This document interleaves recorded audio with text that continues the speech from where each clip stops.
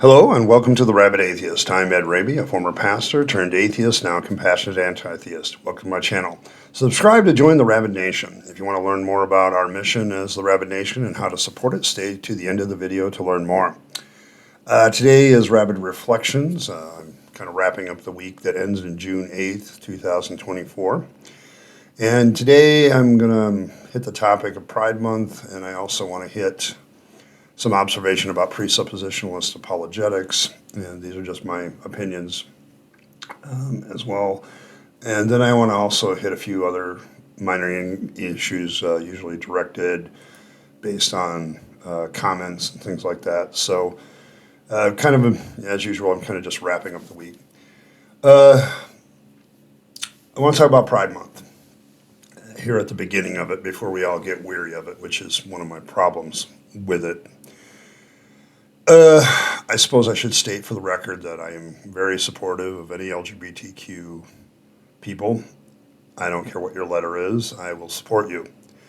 As a libertarian, I do not get why people are so fascinated by what people identify as, fight about it. I do not know why certain people just have this fascination with controlling the bedroom behavior of people. Okay, it's like it's none of your goddamn business what people do in the privacy of their bedchamber. It's not, any of your business what they do, who they love, so on and so forth. So I want to make that abundantly clear right at the outset before anybody starts yelling at me. My issue with the Pride Month is purely political, social. Not support of the people that it represents. There's some things that Pride Month does that any social movement does, okay, that create problems, okay, and sometimes, most of the time it's good problems. It's that, bashing into each other kind of thing, that societal friction that leads hopefully to better solutions, to better lubrication of the society, hopefully. So I want to make that abundantly clear. I do not question the reality of a lot of things. Trans is probably most notable because I don't question the reality of trans people. I know they exist, and I'm still learning a lot about that subject because it's the one thing that there is so much controversy. It's interesting how that is the dividing line, even among LGBTQ people. And I think LGBTQ people need to talk about that more. But I think LGBTQ still feels like it's this movement that has to be completely 100% unified, or you're not LGBTQ. And I think that's a load of nonsense. You're going to have a lot of people have a lot of opinions, and they should be allowed to express them. It's probably my first problems with Pride Month is yes, there's a great diversity in LGBTQ community, but there's also a diversity of opinions about LGBTQ within the community, and those need to be respected. So there's a lot of friction about that. So that there needs to be more discussion, and I think there's a lot of people, and in some ways myself included, that are kind of watching the debate, hoping to learn something from it. Okay, I'm not here trying to wait for the gotcha, poke holes, and I'm trying to learn something from the discussion. And I think sometimes I feel like more heat than light is generated, even within the LGBTQ community, about this. And we have a whole month to see this on display. And that can be very wearying. And this is the biggest problem I have with Pride Month, is how wearying it gets to be over time. How by the end of it, I'm like glad to see it go. Not because I don't believe in LGBTQ rights, but I'm just exhausted. I'm emotionally exhausted from just watching the battle the whole month. Now, I agree with the Amazing Atheist. He had a great video about this where he's just like, what makes it bad is all the bigots and all the people that are just ornery. And he says it's funny because there is some truth to the idea that if you're really strongly against it, it's probably something that actually tempts you. Okay, it's something that maybe it's your own proclivities. And he pointed out, the porn searches in the Deep South often have a tendency to revolve around two things. gay porn and trans porn. And it's just, and why would that be a thing in the Deep South if they're against it? You know, it's like, well, maybe there's a fascination there more than you think, and for other reasons. So there is that issue. And so it becomes wearying to me. And that's one of the major problems with it, I think, is I just get tired of the fight. I get emotionally exhausted by the end of it. And it's almost like if it didn't last an entire month, maybe I wouldn't be so emotionally exhausted about the issue that I actually could, do something constructive. I think whenever you have a whole month, there's this backlash because really you guys get a whole month. There's a whole bunch of other people out here that are marginalized that don't get a whole month, And yeah, I get it. Okay, but it is what it is from my perspective politically. I think also because of all the rhetoric, sometimes I don't know what the mission is of Pride Month. What's the purpose? It seems to get lost in the shuffle, you know what I'm saying? It's almost like LGBTQ should stop thinking about a month and start thinking about how do we engage this discussion, how do we inform people, how do we, because you do have to. I mean, even as a heterosexual male, I think you have to inform people of that kind of thing. I don't know, the pronoun thing can be wearying all year long. It's like, people have been culturally ingrained to certain things. So if they call you the wrong gender, your response shouldn't be to get up in their face and scream at them. It should be, hey, that's not my gender. It's the reaction in anger when people misgender when it's such a new thing. And I have a problem with laws against it, for free speech reasons too. I don't know. I want to make myself abundantly clear because I'm going to talk about trans because it seems to be the dividing issue even within the LGBTQ community. And one of the things that makes it wearying is the trans people tend to take up a majority of the conversation because of the controversy around it. Now, I want to make myself abundantly clear. I don't really care if you are genuinely a man trapped in a woman's body or a woman trapped in a man's body, which seems kind of binary, by the way. It's the language and the rhetoric around it that sometimes bother me. But the big thing that bothers me, I don't care about all that. You're a human being. You should be extended your rights like anybody else. And I've made the statement as a libertarian, it's your body. If the medical ability exists to move from one sex to another, biologically speaking, nobody should stop you from being able to do it. Period. Full stop. I don't care about the rest of the arguments for it. I've had that view for a long time. I don't think rights should be stopped. To me, it's a wonder of science that we can do that. I guess I look at it that way because of my experiences reading Robert Heinlein and dealing with his trans character, because he has one. Slipstick Libby is the character. Libby starts off as a biological male, okay? And in the early days, in the early books with Methuselah's children, I think being his first appearance, if I'm getting that right. Some of you Heinlein fans out there can correct me if I'm wrong. Just so much in the Heinlein universe to digest and remember. But he starts off as male and brilliant, astrogator, somebody who navigates between stars. Just this brilliant, smart person. And later on, in the late parts of Heinlein's works, he reappears. Only it's not a he anymore, it's a she.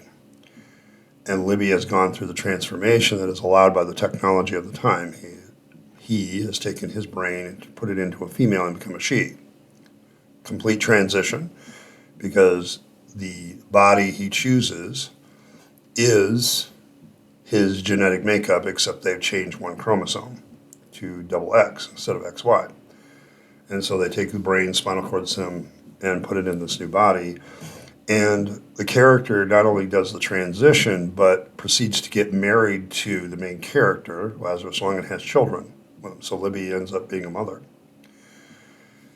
And this whole thing, And I'm just bringing that up because it's science fiction is a wonderful way of exploring options and opening up your brain to different options of what could happen. If science got to that point, wouldn't that be wonderful? I think a lot of trans people out there would think that would be awesome, okay? Because right now the medical procedures aren't complete. And that's part of my issue with it is advocating for better and more extensive medical procedures to push that envelope.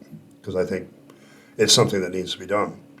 At the same time, I can acknowledge they're not complete, and that causes problems, okay, so particularly with athletics. But I don't want to get into that one. So much as to say that, if the transition becomes more and more complete, yeah, trans athletes should be allowed to compete at some point. There's an argument to be made that it's not complete transition. That's not a fault of the trans person wanting to compete. It's a fault of the medical system that's still learning. And it's not a fault in the sense they're deliberately, diabolically, it's just we still have a lot to learn, okay, about this. And I'm still learning about it. So consider me in the dark. But the problem with Pride Month is there's so many alphabetic letters. It's a communication propaganda. I don't want to say propaganda. It's a communication issue of trying to stay on point with both the mission and the explanations. And you've added so many damn letters that it makes a very complicated explanation that needs to be given. And because of that, people look at you funny and go, well, that's overly complicated. I don't buy it. Can you make it simpler? And the problem with gender, issues is it's not simple and never probably will be. People like religions, people gravitate to religions on this issue because it makes it simple. There's men and there's women, deal with it, But I don't think that's true. Being somebody who's neurologically divergent myself, I can see where neurological divergence could lead us all down all kinds of paths, not just sexual ones. But I don't know, I think the message is starting to get lost as a movement because you've added so many different players to the game and you're trying to advocate for rights in such an overly general way now that a lot of very specific things regarding each of the letters in that alphabet is getting lost in the shuffle. And the fight has become wearying. By the end of June, I'm ready to go quit, okay, life in general. And not because I'm not supportive of all you folks, but it's the fight, it's the argument, the fight that takes place for 30 straight days. And it's just, you're not wrong to advocate for yourself, and yes, maybe the need for a month is still needed because of the marginalization, but you have to admit that even by the end, you in the LGBTQ community are weary about the fight, and you're like, oh, thank God that's over. Because, I mean, the fight never stops year round, but it seems to come to a head every June. And I just get weary with it. And that's probably my biggest issue. We got to fight. There's two things that I think need to be done. One, better communication, where each of the letters in the alphabet gets a little bit more airplay somehow. Because I think the message is getting lost. And the LGBTQ community is very diverse, not just in sexual orientation, but also, viewpoint, political and social viewpoints. There's LGBTQ people that don't support T. Okay, I've met them. Okay, I've ran into them. And you're getting to a point where there's a diversity of social opinions about your own group. And what the real issue of rights is kind of being lost in the differences sometimes. I think that needs to be a problem that needs to be addressed somehow, but I don't know how. The problem with political movements is they do tend to fracture over time. And you often have to restart the movement at some point. So we'll see what happens there. Just one last thing for the record, my own sexual orientation, because everybody always asks. I'm still a very heterosexual male. I've had 3 homosexual experiences in my life, all when I was a younger person, teenage years.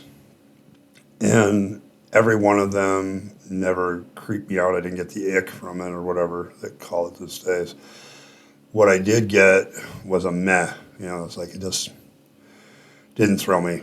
I still love curves, so and, women in general, being gynophilic, I guess, just loving women in general. I don't like my own sex, I suppose. I don't like men, I guess, not in that way. I like hanging out with guys for the camaraderie and stuff like that, but I don't think of it anyway that way at all, ever. So that's kind of that's my orientation, although I also don't get jealous when somebody I love and care for is like going having fun with somebody else. So I've never had that problem. Like in high school, when my girlfriends, a few of them would change, dump me, and I never got jealous of the other guy. I was just mad that this person left me, kind of thing. So that puts me in the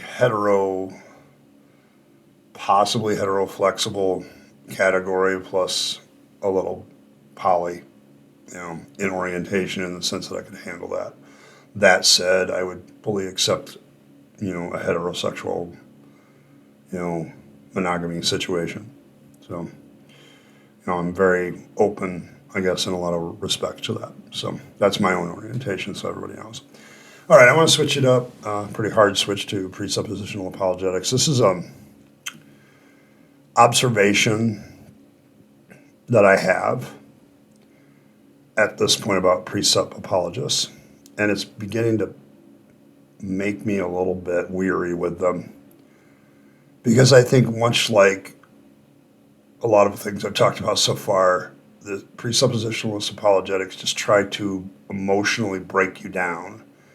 There is no intellectual capacity behind it anymore. Okay, I don't see them making good arguments anymore. And this is one of those, things I've watched somewhat from the peanut gallery. I've dealt with one of them, he who will not be named, anymore, because I don't want to give him credit for anything.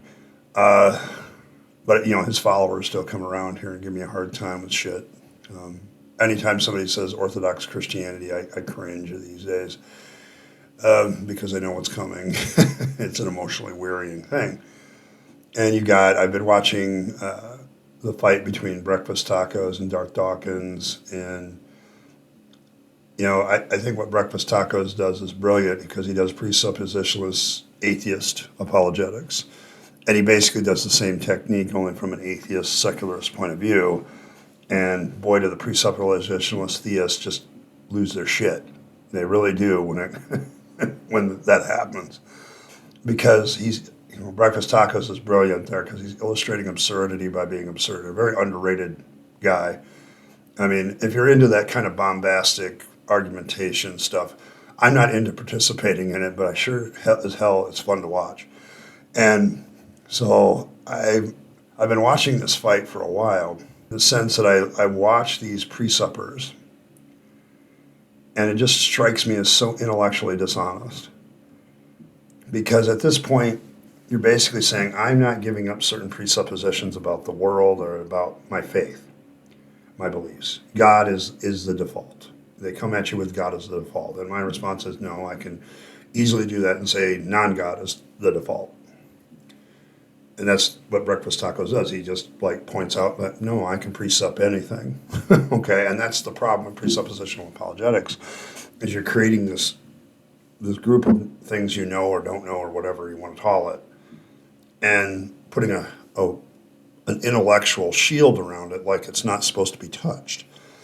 And as a skeptic, I'm like, no, there's no intellectual shields for anything. I don't know how you can presuppose anything, okay, until you've proven it. That's the more honest philosophical thing to do, is prove what we can know. Engage in some epistemology and figure it out. And so I've been watching Breakfasttacos and Dawkins go at it for the last couple weeks, and the same thing. Dawkins does the same flipping thing. The moment you challenge his presuppositions is the moment he runs and hides. And he'll sit there and yell at atheists about being cowards, but dude, you have walked away from so many discussions simply because the discussion doesn't go the way you want it to go. There's an emotional immaturity with these people. He will not be named. Dawkins, a few others that I know. I have presuppers get into my comments section. It's always this, dude, how do you know that? Okay? And the moment you bring up that question, that's in the many forms it's brought up, how do you know that? They run for the hills. And I don't know, I find that very cowardly, okay, as somebody who tries to demonstrate courage. I don't debate myself because of the emotional issues it has. That's why I prefer reactions. But I'm still out here reacting to what, theists and people say. I'm not running from the fight. And whenever I do a reaction video, I make sure that all the part of the video of them laying out their case is in the reaction. So, and I leave a link for that so you can see for yourself. I'm not afraid of the information, but people like He Who Will Not Be Named and Dawkins and a few others play the games of controlling the narrative and the information. They'll delete stuff. Well, what are you afraid of? Why did you have to delete that? Okay. Was it a spelling error? No, it wasn't a spelling error. I didn't see any. Why did you take that out? And I'm going to be honest. I don't think I'm going to deal with presuppers that much anymore because I think they're so intellectually dishonest at this point that, my first experience of them was on the Kentucky Atheist with Daniel.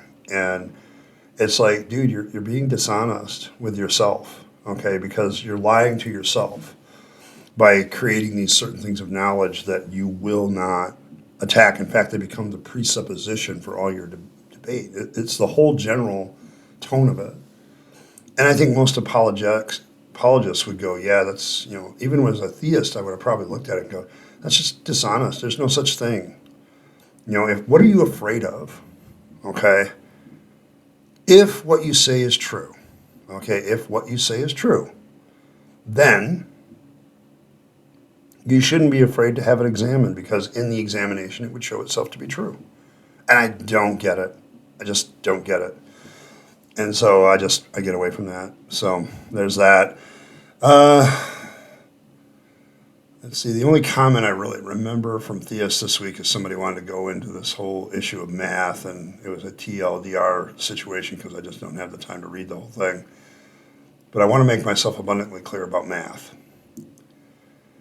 Math is a tool created by human beings to help us describe reality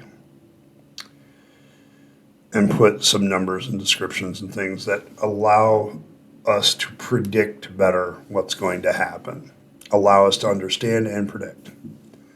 Math would not exist the way it exists without human minds to think it. Because I can see how math could have completely developed a completely different direction and still be just as equally true. Like completely foreign to what current math is. It's not this inherent thing that exists in the universe and we have just discovered it. No, we have created it. And it's demonstrated every time we run into a problem that the current math doesn't explain. We come up with new math to explain it. Okay? It's our creation. It's something we have made.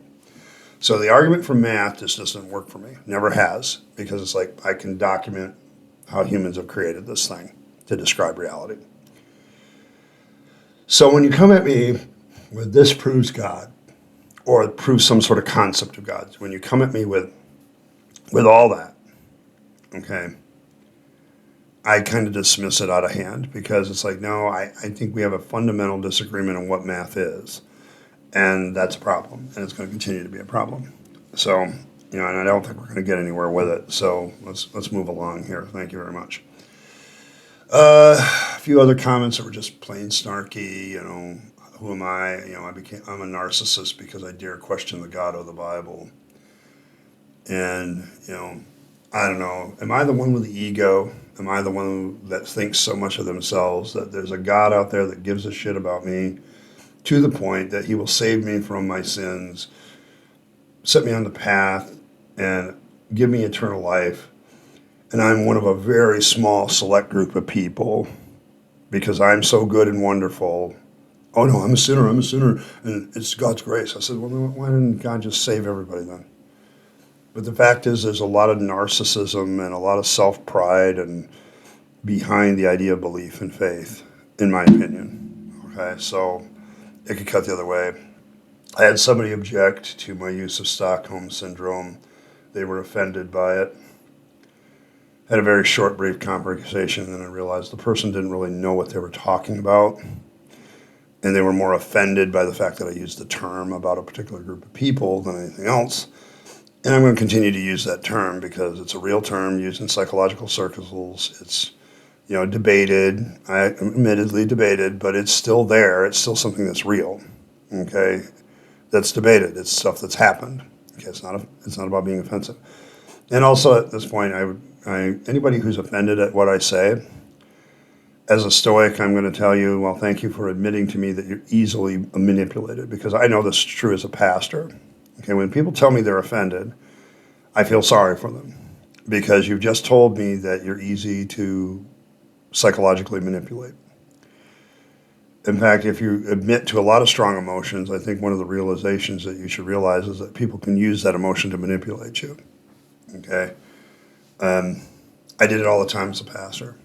Get a group of people angry, get a group of people feeling sad, get a group of people feeling some sort of emotion, and you can implant any idea you want in that moment. That's why my preaching over the years became less and less cerebral and became more emotional, with hopefully a nugget, but at the time I would have considered a nugget of logic or biblical truth attached to it.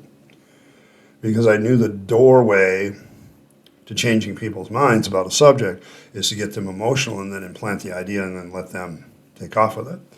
And if you're prone to strong emotions, people can use that. I've learned that in political science classes and social psychology classes. You can manipulate people by having them have strong emotions and then implanting whatever you want. And so when people get offended at what I say and do, it's like, instead of being offended, why don't you give me your logical case for it? Don't make all these claims which you don't support, and then I go out and do a quick Google search and realize, no, okay. And that happens a lot, Of course, I've been told that, I have bad theology multiple times in this channel's history, and I'm like, well, all theology is bad because it's apologetics in a circle. I'll get to that in a couple weeks. I actually have a video planned about that when I deal with Jim Palmer down the road.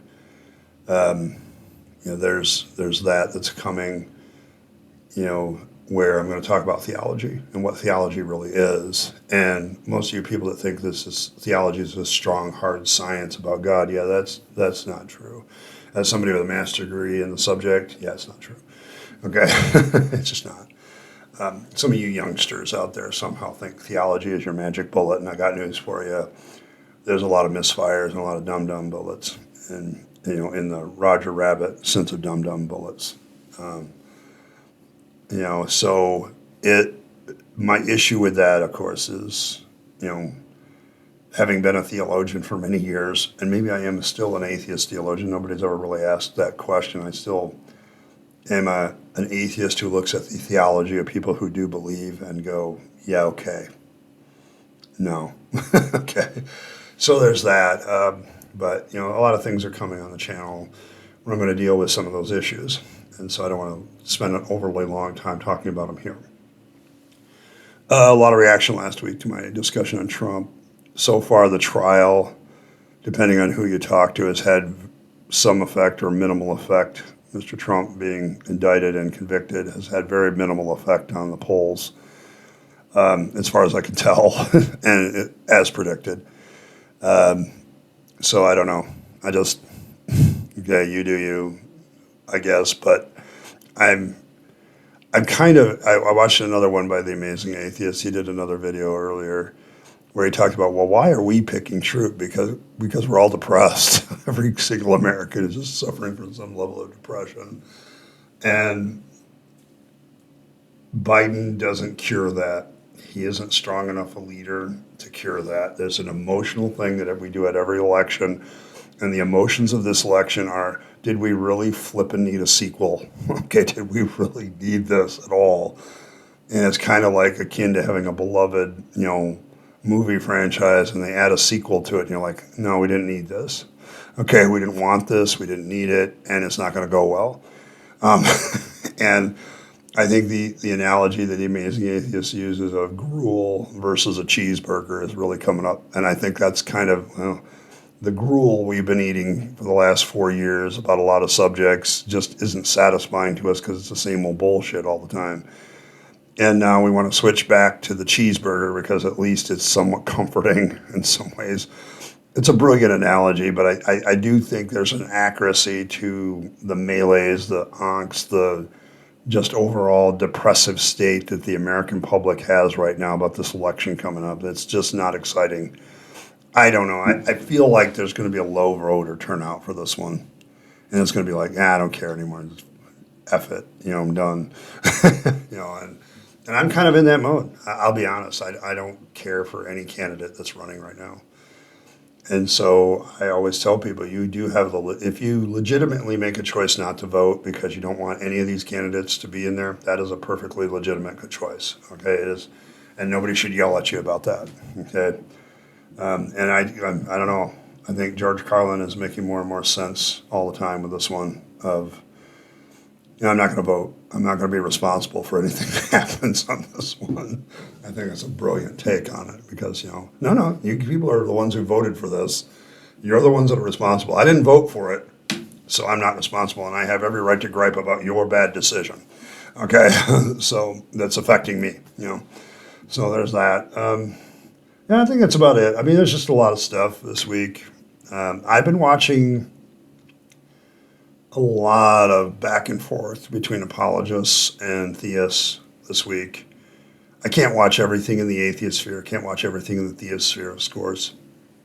But, I had a pretty good week. A lot of my videos did really well this week. So a lot of steady consistency, some new members. Thank you very much for all of that. That's just amazing to me. We're up to, my last count, 17 members. Maybe there might be more as of the making of this video. I just haven't looked in a few hours.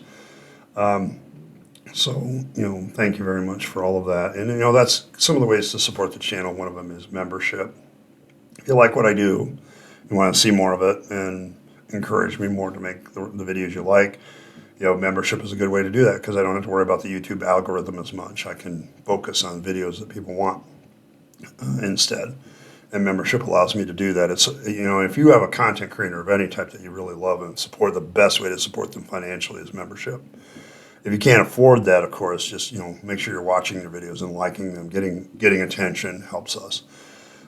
Super chat, super thanks, super stickers. I have all that stuff, and it's always appreciated whenever somebody does that. If I miss you in the shuffle, don't think I don't appreciate it. I do. Of course, direct donation. My PayPal link is there. There's also, hopefully very soon, an Amazon wish list of some of the books I want to start reading again to get my atheist stuff back up to snuff. The full story is when I left Texas, I could only, once again, take the contents of my Jeep Patriot home with me. And I had picked up, over the years, when I went down there, it was pretty much my books in the back. But now I had some other stuff that I had picked up in Texas that I wanted to take home with me. And there wasn't a room for everything. And I probably really should have got a small U-Haul, or a U-Haul where I could have drove my car up into it and then packed all my shit around it. But then I didn't know where I was going to store anything for the weeks at the time that I'd be waiting to look for a place to live. So I didn't know how long I would do that or if I would be able to do that. So I just packed up my Jeep Cherokee, Jeep Patriot, and just headed home. And one of the things that got left behind was my books, by various authors. A lot of my books got left behind. So I'm trying to rebuild that. So, hang in there with me. I'll get that out eventually. And that's another way to support the channel. And I just want to take the time right now to give a shout out to my members. Thank you very much to my citizens, to my Rabyd citizens, and to my Tribunes. Thank you very much. You guys are awesome. I appreciate all the things that you do, all the advice you give, the suggestions. It's always helpful. I have done a viewer request now, so if there's an interesting viewer request, I'll keep looking at it. So thank you very much for all that. I appreciate that. Like and share the video, do the things that you guys do. I appreciate it all. And as always, live your best life. You only get one go around and then it's over. So you want to take all your time, money, and opportunities, spending them on yourself, the people you love and care for, and to make this a better world. And don't waste them on the trappings of religion and faith, because that's a dead end. I speak from experience. And as always, thanks for stopping by, and I'll catch you next time.